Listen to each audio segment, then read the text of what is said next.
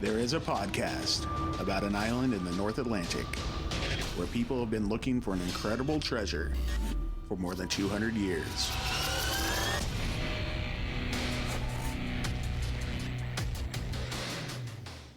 Hello and welcome back to Could It Be? An Oak Island podcast. We are your hosts, Deidre and Dustin White. Hey, what's up? Hey, How you doing?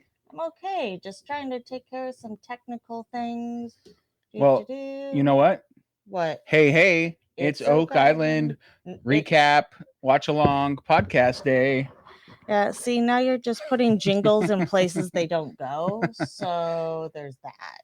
Well, if you have been following us, yesterday we put out a new podcast. It was a bonus podcast. Mm-hmm. It was a watch along, season 1, episode 1 of The Curse of Oak Island. Mm-hmm. And what we asked our listeners to do was load up our podcast, load up The Curse of Oak Island season 1, episode 1, Mm-hmm. press play at the same time we did, and we could watch it together. And we did commentary through it, right? Yes. And we had fun. It was a good time. And good time. Had by all. So then we watched it again. We took notes and we decided to do a recap of it because why not? Because we got time. You know, we're in season 7. Mm-hmm. So we have 6 prior. Well, actually, we did last season. So we have 5 prior seasons we could go through. You know what? When we get to season 6, we might redo them again. Who knows? Yeah, because some of those. The first few were real bad. I'm going like first 10. Could have a do-over. Yeah, they could. But we're here. We're here to talk about season 1, episode 1 of The Curse of Oak Island, the one that started it all of it. It's the origin story. It's the pilot. It's the thing that it's really off. It's really curse heavy. Oh wow. Yeah. Were you expecting that? Did you remember that? Yeah, maybe we should start there. Just the fact that I understand why it's called The Curse of Oak Island. And they really leaned into the curse that first episode. They sure did. It was like you said, curse heavy, creepy music. Like the opening scene before even an intro is what Dan Henske walking around in the snow, and it's like heavy breathing and the classic eerie music you'd hear in a horror movie. Yeah, I mean, it's like Children of the Corn kind of stuff, you know, because then you see like the merry-go-round, the school bus, it's like all empty and it looks real like, you know. And then you hear a crow going, like it's going to get you. It's going to get you. Mm-hmm. Yeah, it was a little ominous. And, I you know, at the time I was probably like, yeah, whatever. Curse of Oak Island, curse, you know, like I was leaning into that stuff. Yeah. But nowadays I'm just like, ugh. That's a little. It feels creepy. So different than where it currently is. And that's probably where the big difference lies initially. Yeah, so if you haven't listened to our watch along, though, I recommend going back and doing it. It was fun. We listened to it while we watched it. Like we had like this little premiere that Deidre set up on our Facebook group. So it played it at 10 a.m. yesterday, West Coast time. And then we pressed play on our Hulu because we watched it with Hulu, and Hulu has no commercials. And so it just ran straight through. And so we basically pressed play at the same time as we did on our podcast. And we watched season 1, episode 1. Yep. And go back and do that if you get a chance. It's fun. And then next week we're going to do episode 2. Yes. Yeah. Okay. All right. So we talked about the ominous stuff. Dan Henske coming. He's the first one to even talk. He was. You're right. Yeah. He is the first voice of the island. Well, he's been there a long time, so he's earned it. That seems fair. So this scene takes place in February 2013. Yes. All right. It's cold. Yeah, it's snowed over. Like, you know, we don't see a lot of the guys working in the winter time these days, right? No, because they had like their first, taste of it drilling at that. Not that Marty's never drilled when it's been cold out, but they're like Dave says, he's like, whose bright idea was this? As we get a little bit further into the episode, and I agree. that's a good time to just not. Yeah. Well, whatevs, right? I mean, they got to do what they got to do with the time that they got. Yeah, I think that's actually what Marty said is where this is when we've got time or can do it. So Marty at this point is not all in, obviously. Yeah. Because we're in season 7 and Yeah, it's season he's 7. finally Marty's a all in. believer. Season Season 1, Marty, 1, not so much. not so much. He's He's like, okay, I'm not going to waste my prime working time to come to this island and yeah. do this thing. Yeah, but now he's a believer, so it's all turned around. It's fine. I'm just saying, I'm blaming him for the snow timing. Yeah. Well, one of the things Marty says is he explains how people would either die or go bankrupt looking for this treasure, and he explains the curse itself. Uh-huh. Yeah, So. great investment. Scary. Yeah. Then Rick explains about there's like this little scene about Rick explaining how he learned about Oak Island through the Reader's Digest article when he was 11 years old. Yes. And that's the same article that Dan Blankenship learned about the treasure of Oak Island, and which started his journey of, all the work he did on Oak Island. And then Rick, it's just funny that him and Rick were inspired by the same thing, but he has like 40 years experience on top of Rick of like doing work on Oak Island. It's just kind of funny. Yeah, it's a little. He was an adult when he read it compared to when Rick was a child. So I guess that just goes to show. I mean, not that we haven't seen it before, that this article is really what grabbed so many people in such a wide, age range and from different walks of life. It's captivating. It is. Yeah. It's great that it makes an appearance in the very first episode. Yeah. Well, it's like original stuff, it's like what drew them in. So it has to. It's OG Oak I OGOI. Look at that. I did a thing. Yeah. But he goes on when he's talking about the article. We've got the side by side of the two of them, and Marty, once Rick had told him about, was intrigued by the buried treasure, the booby traps, the the adventure part, the very Indiana Jones part that we think of it. And I just kind of chuckled because Rick goes on to say, it's what I was intrigued about was the who, the why, the when, the where, the how. He opened this season saying that. He opened the nothing series. Has changed. Yeah. And then Marty's just like, I just want the treasure. He's like, dude, I'm just here for the adventure. And he even as he said it, his brother, who's older than him, kind of put this into his life as he came from the angle of the booby traps and the treasure, and this is really cool. And we get that first glimpse of they love each other, and he wants to be like his big brother. But I just want to say later throughout the episode, we see a lot of, they're definitely brothers. Like the way they interact. Some contentious stuff. Oh, yeah. A little push back and forth of, okay, you're fighting like siblings. No doubt here. Yeah, that's good stuff. It's kind of hilarious. We'll get to those spots. That was fun. All right. Marty explains. Marty's kind of the voice of the history of Oak Island a little bit. Him and Robert Clotworthy fill in a lot of holes.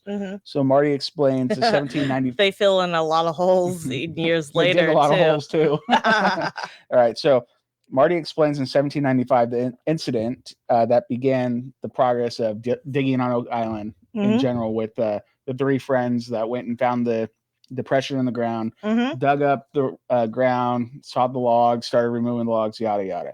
And then Robert Clotworthy, the narrator, explained a bunch about the getting down and finding the 90-foot stone and whatnot. They didn't talk a lot about that 90-foot stone, but they talked about it. There's a lot to introduce in the first episode. You'll notice in this first episode, they don't even mention the swamp whatsoever.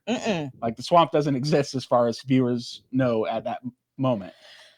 Yeah, as far as viewers know. And it's interesting because we know they originally were only able to get like a small portion of land on the island, but over the years were able to actually get the controlling stake over there, Is that how right? it happened? I don't Yeah, know. that's I thought they kind of had most of it from the get go. no, Okay. because Dan Blankenship was like, I don't think so. Remember Italians bearing gifts? He was like, I'm gonna mess with them. No, Okay. Sure.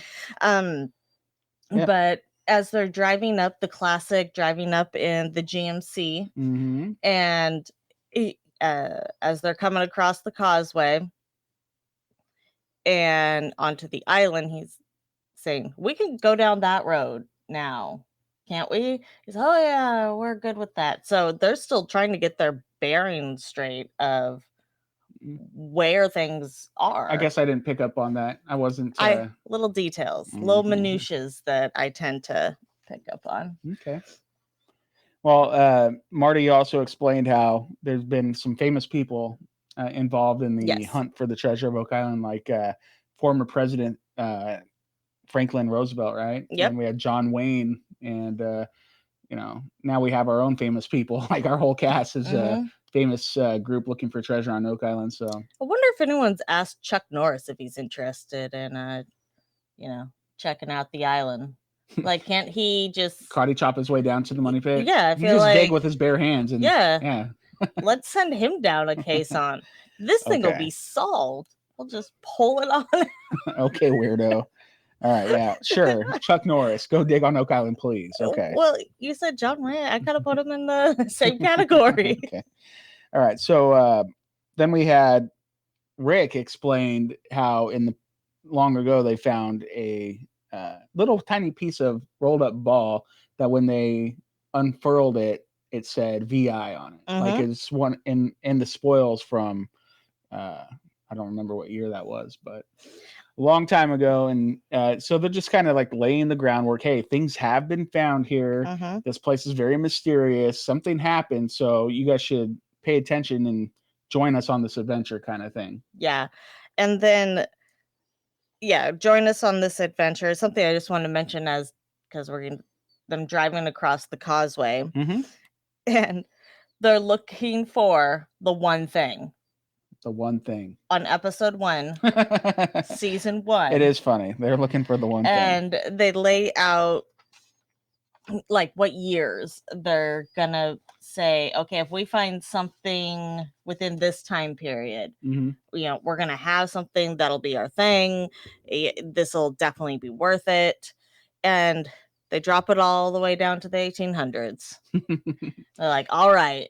Yeah, it was funny that he said Rick would be satisfied of finding something 1800. Yeah. And nowadays, but like 1800. How about like 1680? How about a medieval cross from the 1400s? That's what we're talking about these days. Looking, it was so weird and almost surreal to see him say, "Oh, no, maybe like 1800s." Like I feel good about that. I'm going. Whoa. Something else that was really funny about this episode is Rick was saying things like, we're going to get you definitive proof, Dan, to Dan Blankenship. And in 2 weeks. Yeah, in like 2 weeks. And it's like, okay, dude, overpromise much? He was just certain that they were just going to find it, They knew. They just knew they were going to find something that was going to be like, aha, this is it. Yeah. This is, here's the one thing. Yeah, they threw everything they had at it, but then you realize they didn't throw anything at it. Like not comparatively. To what they do now. Like they thought they were doing everything they could. And it's just funny that where they were at then and where they're at now, and all these guarantees being thrown out it was pretty funny. Well, it was funny knowing what we know. Especially, this is a classic them being brothers thing where Rick's throwing out a guarantee and Marty's rolling his eyes at him. And yeah, he was rolling. He was like, okay, like don't make eye contact with anybody. I'm not on this guarantee train. That was pretty good. But he does go on to explain like some of the technology they're using and things like that. But it was different than today. They were even wearing different colored shirts. It was like a Freaky Friday moment. We got an interview where they were wearing opposite colors. Oh no. And it really threw me for a loop. It didn't phase me. It didn't phase you. Apparently, I'm very concerned about the fashion of Oak Island, Yes, as I we've know you are. seen in the past. Mhm. So We know. So Marty went on to explain some different theories that people think could have happened with this whole Oak Island story. He touched on Templar. He touched on Spanish treasure, Shakespeare, etc., etc., etc., etc. Just all of the things it could be. Francis Bacon. They didn't touch on Francis Bacon. I know they really went to the pirate so maybe. Yeah, thing. Yeah, pirate was kind of top of the list at this point, I think. Yeah. But for me now, Templar, baby. It was. You want to talk about how, there's no Billy, there's no Gary. Whoa. There's no Laird, no Terry Matheson. This is a much tighter, like smaller team. We do get a shot in the war room where our table is there and it's just not as full. Like everybody's spread out. They got stuff everywhere. I'm like, no, you wouldn't be able to do that now. Yeah. Well, everybody's Bagley like was side there. to side. Jack Bagley was there, and he was the one like using the computer. And then he breaks it. We'll get there in a moment. And then we're like, why isn't Steve Guptill there? Run the computer. Steve would be all over this and had it, he wouldn't have lost that video. Sorry, Jack. Oh, you're so mean. I'm just teasing. But yeah, I mean, it was just kind of strange watching the episode and like more than half the cast isn't there. So let's see here. Do you have anything else you wanted to expand on there? I was just going to go into how 10X or what? Well, they're kind of setting things up about the brothers and that Rick had just retired from the postal service, right? And Marty has been in the energy business for 35 years. Yep. And how they hope to adapt some of the techniques they use in that for here at Oak Island. Okay. Seems legit. We're still doing that, more or less. Yep. It's just, whoa. It's just episode 1. Yeah. Compared to where we're at now. So it's pretty crazy. All right. So do you want to talk about getting over to 10X? Sure. All right. So the primary search operation this episode is at 10X. And that's probably because, Dan Blankenship probably agreed to have the show be a thing because he's a partner at this point, right? Yes. If they're going to really take a look at 10X, because 10X was his baby. It is. And that's where we know there's a connection between that and the Money Pit area. They were able to actually see some things down there based off of what Dan had shown them with the footage. Yep. It seems like a natural place to start. So why not? Yeah. So they work on 10X, and in my notes here I have on their way to 10X they introduce Dan. Sorry, not Dan. You okay there? Dave bleeping Blankenship is on the show. Like, yeah, it's just funny. I forgot that they used to bleep him out so much. Yeah, like I'm sure that'll happen on next week's episode as well. A lot because he's just bleep bleep bleep. It was kind of funny. It shows that he is the rowdy one. He is definitely the rowdy one from day one of the Curse of Oak Island. Oh yeah. Absolutely. Very classic. Marty says that they have invested millions of dollars in this. Rick explains that Marty is his foil and is a skeptic. And I'm thinking, yes, that's the same as my relationship with my wife. She is my foil. Yes. We foiled this morning over technical things. We will foil away. Yeah. But nonetheless, Rick and Marty, they're always foiling. Yeah. Actually, you know what? I was wrong. I thought they were headed to 10X, and that's what I had in my notes, but they were headed to they were like digging first. with they had like a drill. And Yeah, but it was in that area. Okay. And they were taking little scoops of on a shovel and sifting through the spoils with their bare hands, just one shovelful at a time. Yeah, right? it looked like little shavings from let's see here. It was Valley wells that was drilling. Yeah. And Marty walks up, goes, anywhere in right here, I think I'll be fine. Yeah, in this broad area. It's like this huge sweeping area, and I'm thinking, whoa. And then on last week's episode of The Curse of Oak Island for season 7, episode 18, Rick was like, yeah, well, if you're off by a millimeter or centimeter or 5 feet, you know, it's that's a big difference. And like they're just like, just pick anywhere in here and dig. It felt drill down. Yeah, definitely like it was funny moment where close your eyes and point to a map. Yeah, it definitely felt like that. I hope that spot is marked on Steve's map. Yeah, and it better be right. The original drilling down. Yeah, so they're digging at a depth of 165 feet, and they found some pottery. Pottery from day one. Pottery. Yeah, he says that they can date it. If they can date it prior to 1800, then they have their proof. Yeah, that's really quick. No, if they can. Yeah, if they can. But I was shocked to see pottery come up in a scoopful, a shovel scoop so quickly. Yeah, then I wrote in my notes that there's some eerie music. And then Robert Clotworthy, the narrator, explains that the date of the pottery was inconclusive.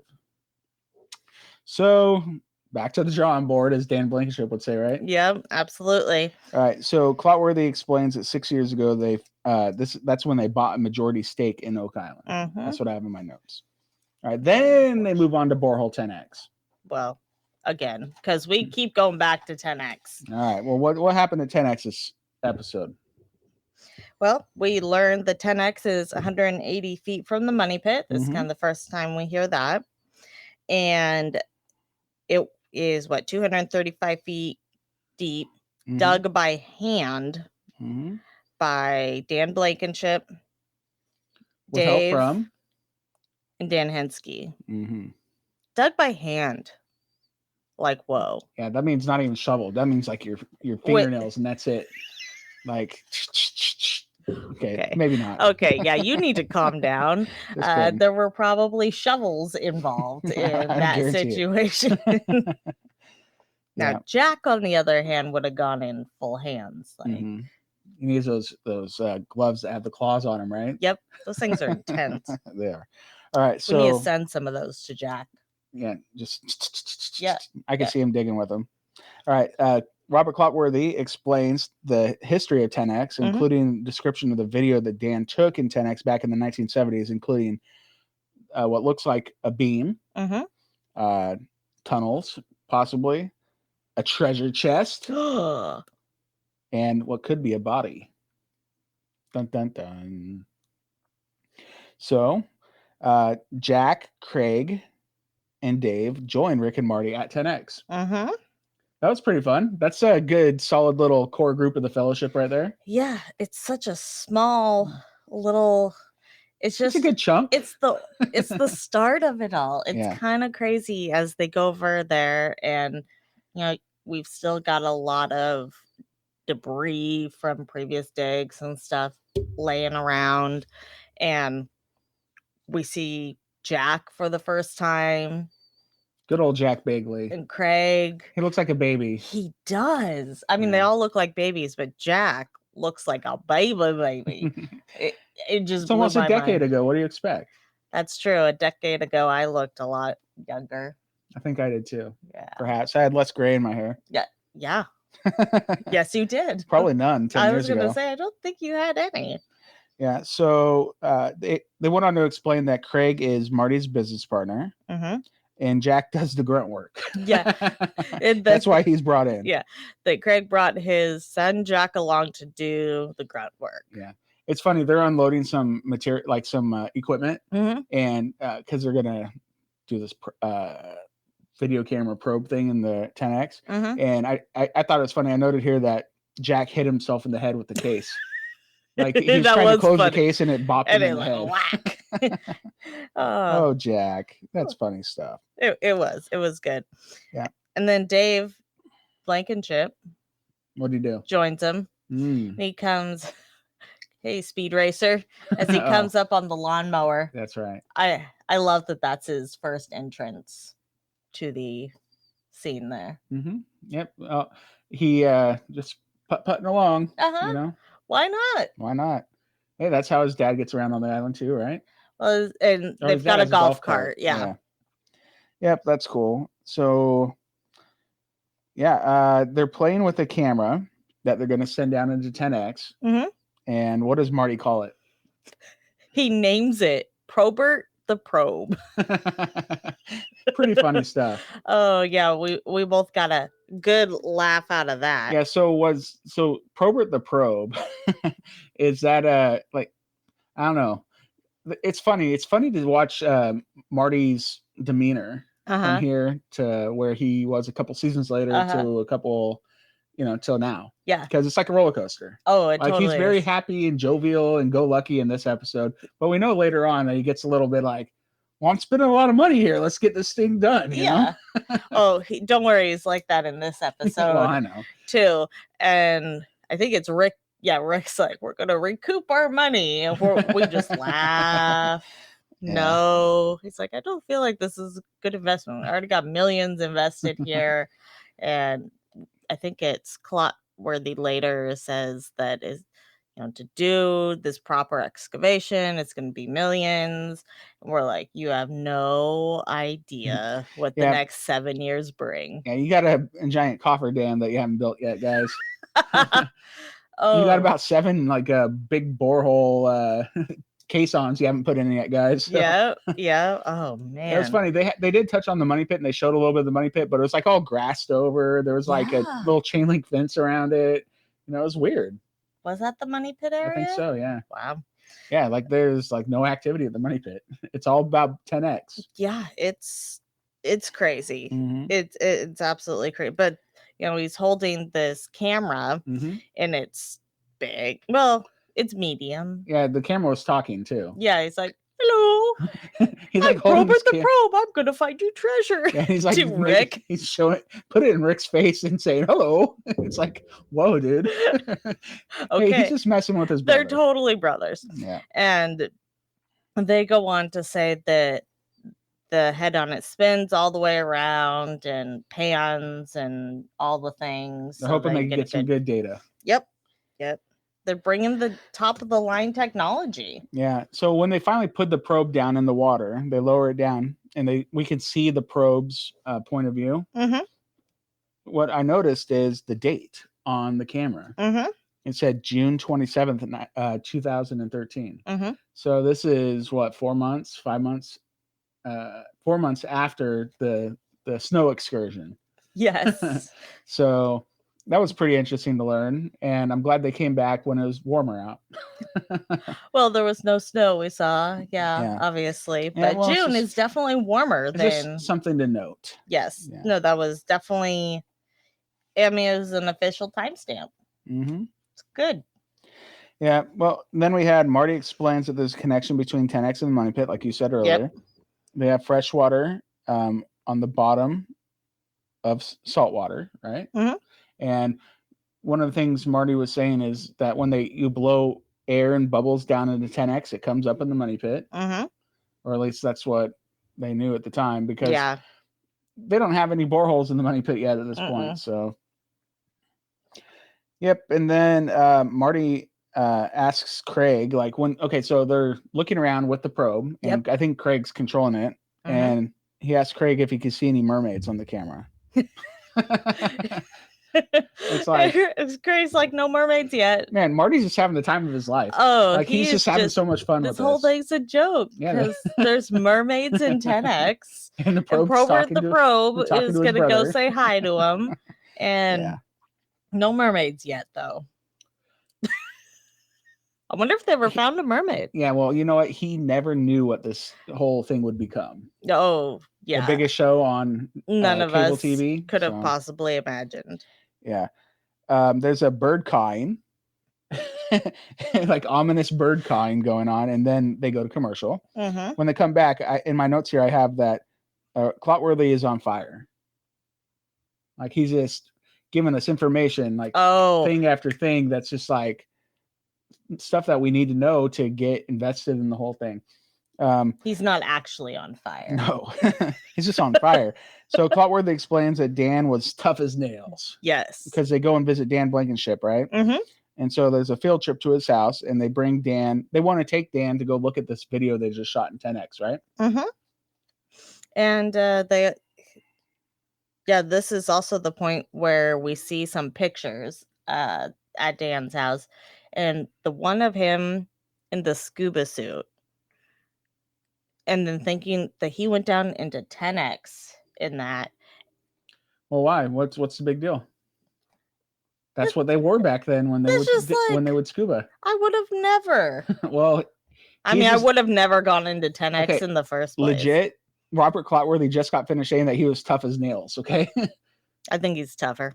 Yeah. Well, also not just tough as nails. He was known to clear a bar with just his fists. Yes, that's true. That is true. Yeah, that's pretty funny. All right. So they want to take Dan Blankenship over to the war room. Yeah. Well, they say it like a big meeting room or whatever. They've set everything up. They call it the war room. They do when they get there. Yeah. So. Anyways, I put in my notes the original war room, underline. Like this is the beginning of it all. Yep. It is in Dave Blankenship's garage. And it looks exactly the same. It looks almost exactly the same. Almost. So it's the same color green. Yep. There's a couple differences. Though. Yeah. That we got the same table. We got tons of photos and such around. There's a lot less people. Mm-hmm. There's a chalkboard. I was just about to say they upgraded nowadays. They don't have the chalkboard anymore. No, the chalkboard actually gave me a good chuckle. Yeah, Marty's up there like drawing stuff up on the chalkboard. Yeah, like, it looks like he's old school teacher. Yeah. You know, it's like yeah, like legit apparently chalk. That's what chalk makes. Tick tick tick. I don't think so. Not quite the sound effect I needed there. All right, well, I think that Dan was excited to see the video that they brought to him. Of course. Or they brought him to see. Rick says that this was like, in essence, watching this, when watching Dan watch it, was like seeing Dan go back to 10X. You know, he was just like entranced. He was like, I think he's a little emotional. Yeah. You know, he's like, I think he wanted to go back down. Yeah. I don't doubt it. Don't do it, Dan. I don't even think John Chatterton should have done it later on. You know, some sketchy stuff down in 10X. Yeah. But so Marty shows Dan what could be a floor to roof beam. I mean, that's something that Dan had thought he found back in the 70s. And you clearly see something that looks like a beam going up, up and down. Something, yeah. So what did you think about that? I thought it was very interesting. It was great to see the video again. It was mind-blowing to clearly see the beam or post or whatever. I think that's the one thing that stood out so much. But there is so much stuff down there, whether it's a human or not. I don't know. I mean, they're going to try to clear out the bottom of 10X a little bit later in the episode, but it was great watching them watch it. Yeah, Clotworthy speculated that beam may have been left by the builders of the treasure tunnels. Yep. That's what he called it. So the video stops working. Well, and then Dave says that they're low-tech men in a high-tech world. Yeah. And what did they blame the video not working on? Classic Oak Island. It's a classic Oak Island move. And Jack's like, no, it's like there, but it's everything 0, 0, 0. Like there's, like it's gone. It doesn't work. It won't play. Jack corrupted the file. Or did Oak Island corrupt the file? Let's see here. What year was that? Was there a lot of file corruption? 2013. Let's see here. I don't think they were working on dial-up, but maybe on the island. Who knows? But not that would matter for their video. But we're like, yeah, Jack broke it. Nah, classic Oak Island. Classic Oak Island. So Marty says, "Where's my definitive proof? Oh yeah, I want my proof." he was gonna have like a breakdown. He was like, "Wait, what's going on here?" I think he Like- needed a hug. Like he was getting a little angry. Yeah. Like, no, something, fix this now. And I think that's kind of like the first equipment malfunction That they had. that 'Cause they it's been had. a thing forever on Oak Island. Yes, but it's their first experience with said malfunctions, Yeah. and it shall continue. Hey, you know what? Thankfully, they had some video. Yeah, Yeah. they got to see part of it, Mhm. and then they had what Dan had. Yep, they sure did. And so then they move on from the war room to Uh-huh. go and start setting up shop so that they can start working at 10X. And what are they doing at 10X at this point? Okay, so this is that first opportunity where they're gonna adapt some of what they know from the energy business to use here, right? Sure. They've Mhm. decided they're gonna start bringing stuff up from the bottom of 10X. They pull in a giant dumpster. We're like, okay, what's going on here? But they're rigging it up to make it as a sediment tank. Marty goes on to explain what they're going to be doing, that they're going to be pumping air down 10X so it can push sediment back up. Yep. That'll go through a tube into the sedimentation tank. Mm-hmm.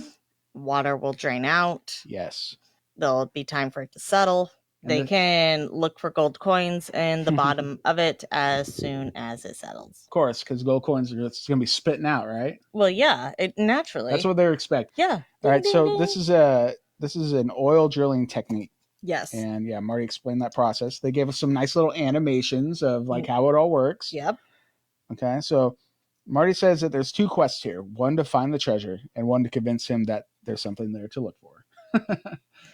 Yeah. He's been on that personal quest for a while. Yeah, quite a while. He was willing to part with a lot of his own money That's what to I'm even thinking. attempt this quest. Yeah, he really he's a fan of his brother, even when they get in little spats. Mm-hmm. All right, and then Robert Clotworthy, our famous narrator, goes into explaining about the 90-foot stone a little more, and he explains how there could be instructions of how to shut off the flood tunnels on the 90-foot stone. Could be. Yeah, and he goes into also explaining what could be deciphered about 40 feet below 2 million pounds are buried. And what do you think about that translation? I'm not sold that translation is accurate because I just don't think English. Yeah, that's what I think too. I think it's probably not English. You know, the Spanish were there, the French were there, you know, the English were there too, but I think it's probably because like I lean more toward the Templar theory, and at least hopes. Yeah, I hope it is, and they're French, right? So it's probably not something that translates to English, but maybe it is. Who knows? It's just it was funny. They had that little animation of it, like it could basically give you instructions on how to slide a rock that would block the flood tunnel. You know, that little animation. It was just like a perfect boonk, and boonk. Then it's all okay. That's nope. Nope. Yeah, and then you were talking about how Dave was like trying to weld and stuff with the wires exposed or whatever, and Dave was like, and Rick was like feeling really uncomfortable. Yeah, he's like, "There's open wires here. Like this is definitely a safety issue. Maybe we should tape those up." And Dave goes on to say, "I've been welding for so many years, and." and you know I've never it's fine, just don't touch them. You touch them, bzz, bzz, bzz. And they laugh, but I think Rick's laughing nervously. Yeah, he's like and he goes, you can tape them if you want. He goes, do we have tape? No, so we're not going to tape them. And then guess what? They don't tape them. Dave gets the job done. Yeah, and he goes and cuts the hole in the side. He's fine. Everybody gives him a nice wide berth so that nobody gets bzzed. Yeah. It's funny though, because this is like the beginnings of their relationship. Yeah. You know, I think they'd known each other for years before, but they didn't work that closely together, I don't think. Or as much time together as that. It's just funny to see. All right, and so Dan Blankenship shows up in his golf cart. And his hat. Yep. Yeah, and then they do more explanation about how the Reader's Digest brought Dan to the island as well. And then Dan seems impressed by the rig that Rick and Morty set up to do this pumping. Yes. And he's like, all right, let's get this done. As he's talking to, who is this? Is he talking to Rick? Yeah. So hopefully we're gonna have answers for you. He just laughs. He was so sure of it. So sure. Yeah. And we laughed. When you think about it, what they're doing with the pumping, they're disturbing everything down there, right? So if there was like human remains, they should be like shredded at this point, right? I guess. Like, I mean, if they're gonna get a whole bone up there, it's probably gonna get lodged and stuck. Yeah, and then if there is anything left, it's like you said, broken to pieces. Yeah, so it's just I think we can be safe to say they didn't find any human remains down there, because there would be something that came up that they would have told us about. You would think, but I don't know. The curse is it doesn't like us, so it's not going to tell us things. Okay. All right. So Dave Blankenship and Dan Blankenship share a nice little moment, and I think they are convinced that with Rick and Marty's help, they will get some answers. And he was saying that, Mom wanted the treasure found. That's what Dave was telling Dan. And Dan's like, yep, she sure did. She wanted it over. She wanted it over. She wanted it to be done. Yeah. And guess what? It's still not done, but they have a lot more answers now. But there's a lot more questions too. All the questions. Yeah. So they really begin the pumping. And then when the water starts spraying into the sedimentation tank, I have in my notes here that the hose is dancing. Yeah. Like the hose is just like jumping all over the place. It's crazy when it finally comes out and you see the entire team like standing in the background. They almost all jump. And eventually we see that they've like pinned the top of it down so that it's not freaking out in the tank. But it's just funny. The whole operation seems a lot less safe than it is right now. A little bit more jerry-rigged, if you will. Yep. So, yeah. They all stand around the tank. Yeah, and they say that the water really stinks. Oh, yeah.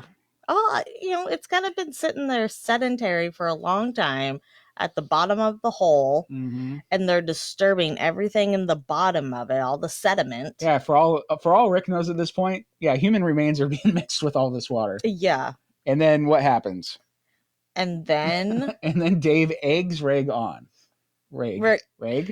Who's Reg? Dave eggs Rick on. Yeah. And you know what? What does he do? Takes a big old drink of it. He scoops it up in his hand and he's like slurps it up. Yeah. And he goes, at that point, I mean, Dave's like, dude, you didn't have to take like a big old gulp of it. Like a taste would have been one thing. Yeah, so Rick drinks a little bit of this nasty 10X water, but he's known to do this kind of stuff. We should have been expecting what happened last week on the Curse of Oak Island. We should have expected that to happen, knowing what we know based about this, off right? of this. And I'm just like, I didn't remember that from before. I know. So for me, I'm thinking, how many strange substances has he drank? I don't know. There could probably be a whole montage of like Rick drinking random gross water on Oak Island. You know where he tasted some of that dyed water from probably Smith's Cove, right? I got no doubt. That it really caught me off guard. But then, it's a hot day in June. Jack takes off his hat and just soaks it in this water and puts it on his head. Hey, he's trying to keep cool. He don't care how much bad it stinks. Rick just drank it. Jack is now marinating in it. Like, they must think they found the Fountain of Youth. Something like that. But I'll tell you, 10 years later, they look different, so they didn't. I just, ew. Ew. I mean, I I drank from a garden hose as a kid. Sure, me too. I think this water's dirtier than that. Well, garden hose is fine. Yeah, I know. Yeah, this is way dirtier. All right. So Marty says that there's seawater in 10X, which is very strange because when they drill elsewhere on the island, they get fresh water. Mm-hmm. So, yep. And then we have Rick getting antsy. He thinks that they're not down far enough because nothing is coming up. And Marty tells him to be patient because it's just getting started. Like Rick was like really antsy. Yeah, he was really antsy and telling Marty, "Oh, we're not down far enough." And Marty's like, "Yeah, I know.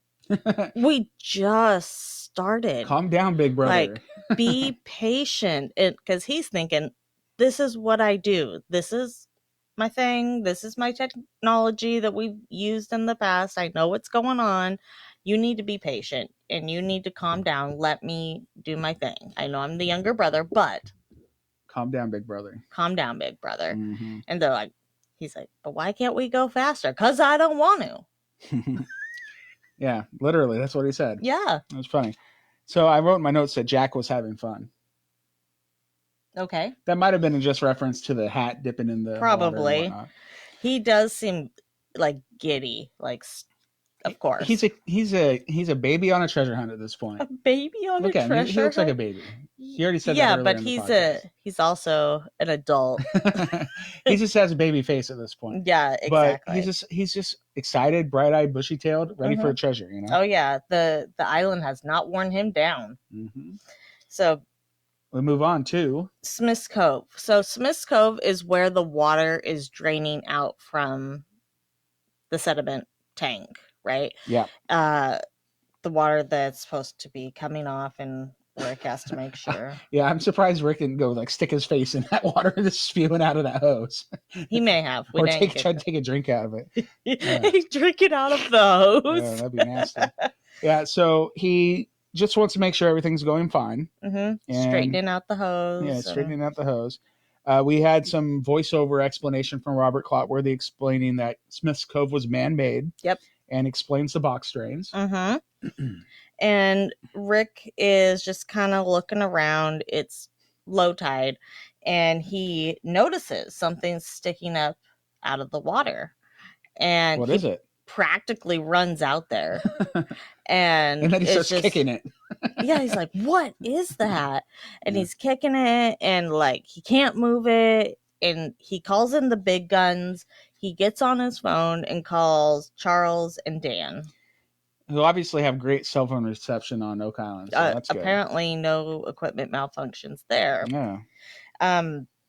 So they come on down. Charles says he's never seen that before, and he's been down there several times. And it's... So what did they see, though?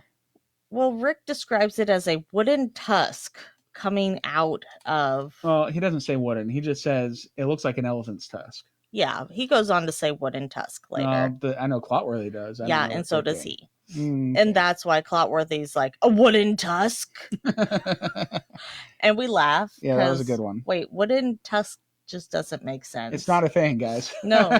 My first, I go, "Oh, it looks like a pier's post. Like, they're all over the shores over here." Yeah. It's funny because that's Clotworthy goes on to talk about what could it be, you know? And this is a booby trap. Mm-hmm. And then you see Rick kicking it. Mm-hmm. Like, you're kicking a booby trap, Rick. Yeah. Calm down. They talk about it being well, the reason a booby trap is because it could have like been a booby trap for boats, not for people. And Marty's down there, and yeah, Rick is kicking it as hard as he can. And at the same time that he's kicking it, like you said, a booby trap. Yeah. And I'm just like, what? I'm waiting for the thing to like explode or something, like pop. Don't kick booby traps if that's a thing. Please. P.S. It's not a booby trap. Yeah. That's funny though. It was. So Marty thinks that it's the island giving them the finger. Yes. I was like, well, that's taunting, and Rick thinks it's the island's taunting them. It is for the next 7 years. Basically. All right. So now we got some more driving over the causeway stuff. With a helicopter instead of a drone. Yes. Shot. You know? It is, but it's Alex and Marty that are driving to the island. And Alex, I noted, is 27 years old at the time. Yeah, well, he looks younger than that to me, but that's probably just because I'm older now. But he's Mr. Man Bun. He just looks so different. It was a more popular hairstyle back then, right? Mm-hmm. Well, I get a feeling he was very on trend. He was very on trend for I'm the sure. time. And his son, Alex, Marty's son, Alex, is a diver. Yep, that's what they describe him as, an experienced diver. Mm-hmm. So him and Marty plan to do some diving off of Smith's Cove to get everything figured out. He said there's been some side sonar scans, and they never checked out the results of that. So maybe they can go down there and figure out what's causing all the, what do I want to say, the salt water to come in. Sure. I'm sure it'll be that easy. Oh, yeah. Alex asks his dad about Rick. Yeah, and Marty says that he's happy to be on Oak Island, but he's bummed about the progress. It's episode 1. It's episode 1. And he is sad about the rate of progress. Uh-oh. You're in for a long haul, Rick Lagina. All in. Mm-hmm. In, all in. All right, so Marty says that they'll keep up until they find definitive proof of the treasure itself. So I wrote in my notes that this might be the first time Alex ever went to Oak Island, but I think he has been there before. But Marty says that this is it, the place to spend the rest of your summer. And we laughed. Well, what did Alex reply with? Because Alex's response was, hopefully not the rest of my life. Yeah, literally in my notes I have LOL. Yeah. Sorry, Alex. This is going to be the rest of your life. You had no idea. No, he does now. We're going to spend the rest of your summer. Hey, hopefully not the rest of my life. He's fine. He's taken a much more prominent role lately. He has. He is kind of some of the voice of explaining some stuff, which is cool and nice. But, he's on the #1 TV show on cable TV. So, I mean, it's just funny because he had no idea. Like, none of them had any idea. That's why this episode 1 is just kind of hilarious. I mean, season 1 only had 5 episodes. It did. Like, so we're going to burn through the season 1 pretty quick, I think, with these watch-alongs. All right. So he meets Dave Blankenship for the first time. And says it's been a long time since he's seen Jack, because he shakes Jack's hand and he gives Rick a hug. And Rick explains that they're evacuating 10X, and the process of doing so. Rick is excited that Alex is there to help explore Smith's Cove with his diving skills with a Z. Right? I also noted that when they drive up and, everybody's Jack, Rick, and Dave are there, and Alex shows up. Yep. This is the first appearance of Jack's green shirt. The same one? It looks like the one he's been wearing now with like the black patches on it. So, but it's the first green shirt appearance. Right on. I know his shirt is famous. It's got its own Twitter page or whatever. Twitter account. Sure. His shirt has his own Twitter page. Who says things his shirt like that? Tweets, okay? The shirt tweets. Does your shirt tweet? No. Maybe. Yeah. Okay. Yep. So what do? They get into a boat? Yep. Down at the marina. There was no... No what? Tony Sampson. And we thought at first maybe there was Tony Sampson. There was no Tony Sampson. Oh, no Tony Sampson. They had another boater. Another boater. I don't think they even told us the guy's name. They didn't, yeah. But it's Rick, Dave, Jack, Marty, Alex. They head out on the water, and they know going by Fred's house, because you can see it from the water. And Alex is kind of given the lowdown about the relationship between Dan Blankenship and Fred Nolan. Fred Nolan, yeah. And the suggesting that, because they're competing and that they might mislead each other. Dave Blankenship just says, yeah, everybody's laughing. We're like, oh yeah, I guarantee that's what's going on. treasure hunters. Yep. And then Clotworthy explained Nolan's Cross and how it could prove that religious artifacts may be hidden on Oak Island. Dun, dun, dun. Rick shows a map of anomalies to Alex, and those are the spots that he wants him to dive on. He said he has one spot in particular he's interested in, but he says, but whatever. All of these are something we want you to look at. Of course. So get to work. I'm sure you've got plenty of time. At least the rest of the summer. One thing that was funny is they said something like, is this the first time you've seen Oak Island from the water? And Dave Blankenship's like, yep, it is for me. Yeah. And he's been living there for 40 years. Yeah. Yeah, that's pretty good. They do go on to talk about Frederick Blair's dye test. Well, at least Robert Clotworthy does, and explains how when the dye was put down and pumped out, it came out in 3 different places. So we're getting that mentioned on episode 1, and it's not till season 6 that we do another dye test, which is interesting. Yeah, I figured they would have done it quicker than that, but whatever. They got to it. Well, and then in the animation, they're showing like red dye.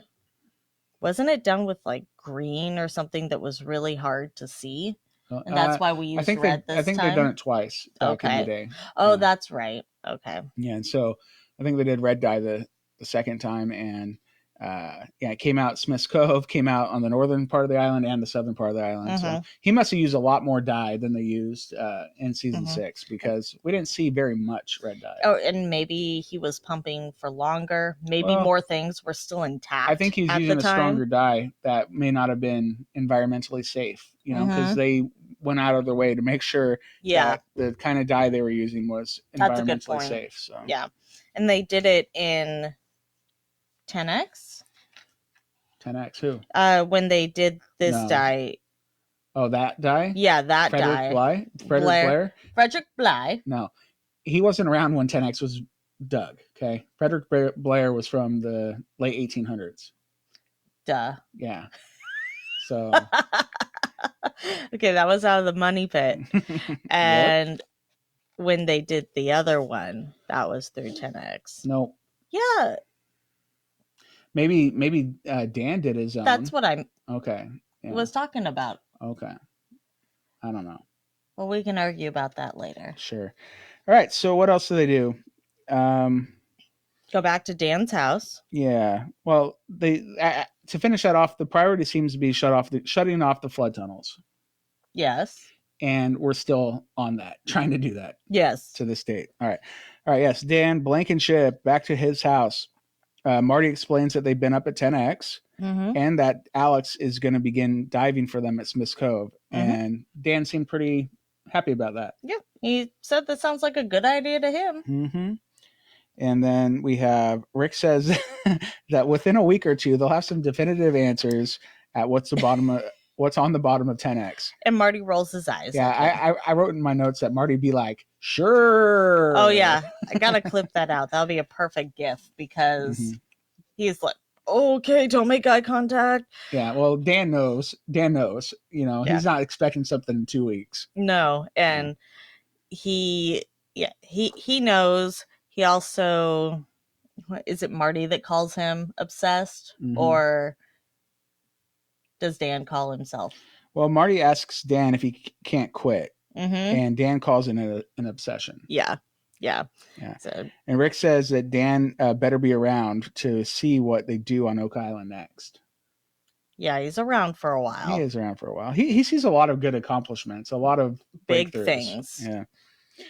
Marty says that the common denominator on Oak Island seems to be obsession. And Rick takes a little offense to it. He does. He's like, I don't think obsession's the word. And okay, Rick. But if obsession means such and such, then yes, I guess I'm obsessed. Yeah, that's what someone that's obsessed would say. And you know what Robert Clotworthy says right after that? What's that? Obsession is the fuel that powers Oak Island. I was like, wow, that really does encompass all of this. Obsession is the fuel that powers Oak Island. That's a quote. Sure is. So back to the 10X tank. Rick scoops out a shovelful and Marty finds a piece of metal. And we're thinking to ourselves, whatever. There's a lot of like work done in 10X and A lot of stuff collapsing. fell in there. Yeah, lots of stuff. Like parts of things broke and fell in there all the time. Mm-hmm. And then, like, I'm coming down to the end of my notes. It says Clotworthy says that Oak Island changed lives and can even destroy them. Mm-hmm. I'm like, wow, what an ominous right thing to send off the first episode with. So very curse heavy. Very curse heavy this first episode. Mm-hmm. So, and then my note says the end. Yeah, it just kind of ends. Yeah. I mean, we've already noted that obsession is the fuel that powers Oak Island. Yeah. There's something rusty in the bottom of 10X. Yeah. Found some pottery over when they were drilling. And like, whoa, that's quite a setup. We got a lot of initial background there. We did. And it was fun. It was fun to watch it and do commentary on it through the watch along. I hope you guys got to check that out. And then if not, if you didn't listen to the watch along episode, I hope you've watched episode 1 recently yourself, or else this doesn't make a lot of sense. But yeah, it's been educational. It's been enlightening, and it's been fun. It has been. So if you enjoyed this, let us know so we can do another one, of course. Yeah, we're planning on doing another one next week. But if people hate this, then I guess probably not. Yeah, if you hate it, then I definitely am not going to do it. Yeah, I'm not going to spend the time and potential faulty issues. Yeah, well, classic Oak Island. Classic Oak Island. Do we have anything else that we need to chat about? I think I want to talk about real quick that we did an Oak Island trivia night on Facebook Live or on Facebook live stream via our Facebook page, which can be found at www.facebook.com/OakIslandPodcast, right? Yes, except you don't have to type in www because nobody does that anymore. They did in my day, okay? You're supposed to evolve with the times, dear. Okay.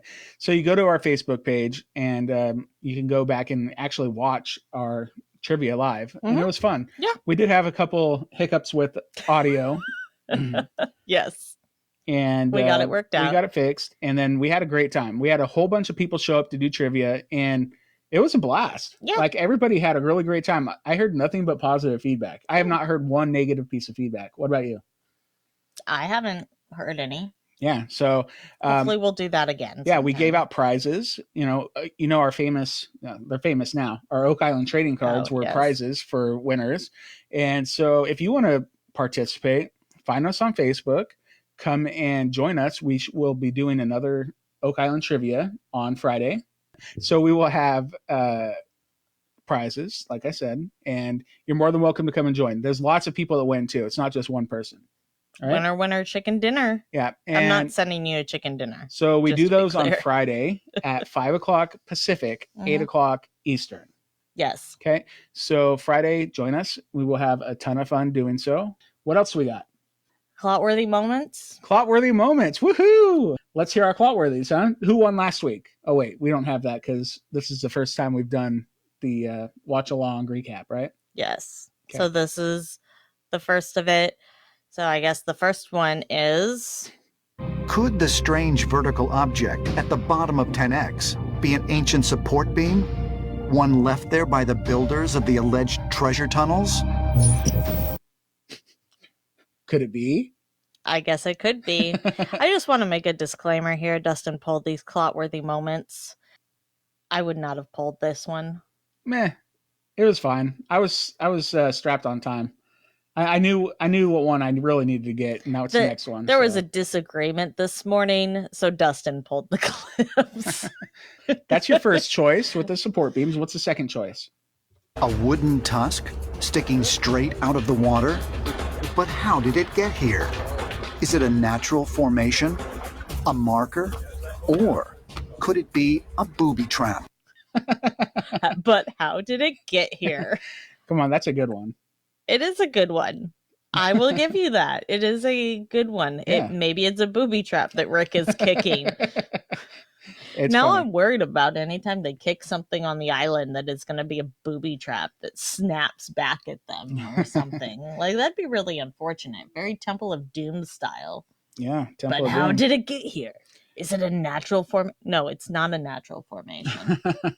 It is not. It is not. Okay, go ahead and tell them how to vote for the Clotworthy moment. So you will go to Facebook and go to our Facebook page, and there will be a post that has a picture of the wooden tusk and a picture of the support beam.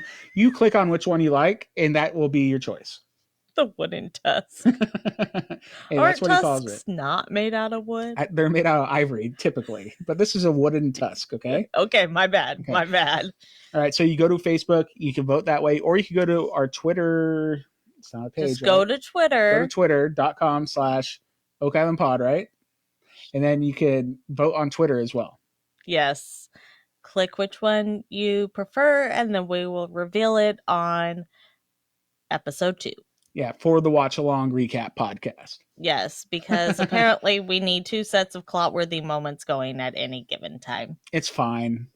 Our listeners are smart. They can figure it out. I know they're smart. I just think you're doubling up. Mm-hmm. So can they find us on Instagram? Yes, they can, at Oak Island Podcast. Yeah, and you can give us a call on our Oak Island Podcast voicemail feedback line. Say what? Yeah, so it's 360-836-4549.